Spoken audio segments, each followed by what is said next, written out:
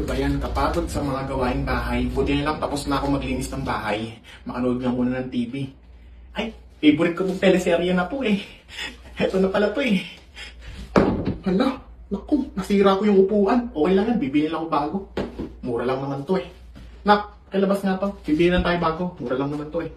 Wala ko. Grabe, nakakapagod magtrabaho buong araw. Makanood nga muna ng TV. Hala, nasira ko yung upuan ako. Pwede pa yan. Kailangan maging matipid tayo.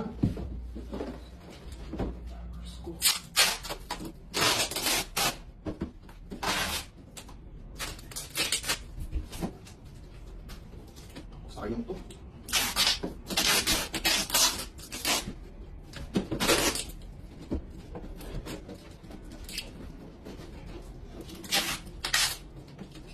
Ayan. Woo! Yan. Kailangan maging matipid tayo. Bawal gastos ng gastos.